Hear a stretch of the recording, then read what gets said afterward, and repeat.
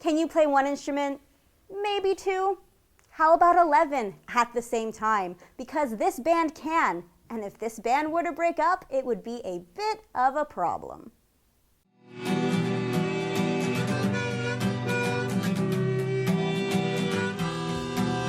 By taking his passions of music and art one step further, Paul David has taken the old tradition of a one-man band and has given it a modern makeover. With his artistic background, Paul builds all of his equipment, leaving a very accurate motto of build it, play it, sell it. My background is in sort of singer-songwriter. I used to front a folk band out in Alberta, so for many years I was sort of dialed into that whole scene.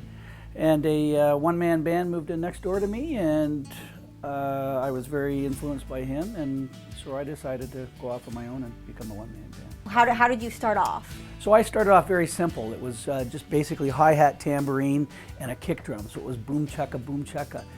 But over the years, you know, part of my mandate has always been in my own mind is to push this as far as I can go with it, and I'm still pushing it.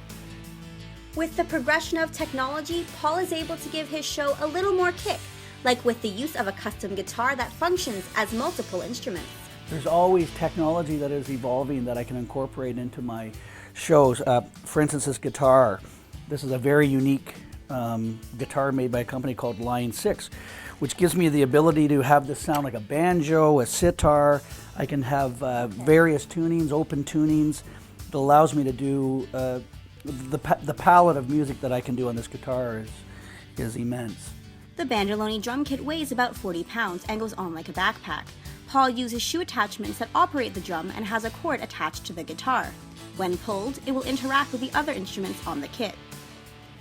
Are there any highlights that you can think of from your career? Highlights. There's been many. One in particular that really comes to mind is a deaf-mute boy was watching my show with his parents at a fair, and I could see that they were describing to him what it was I was doing, and I stopped my show and I brought him over and I let him feel my drum as I was playing and feel my sound system, so that he got a really good idea of what it was that I was doing.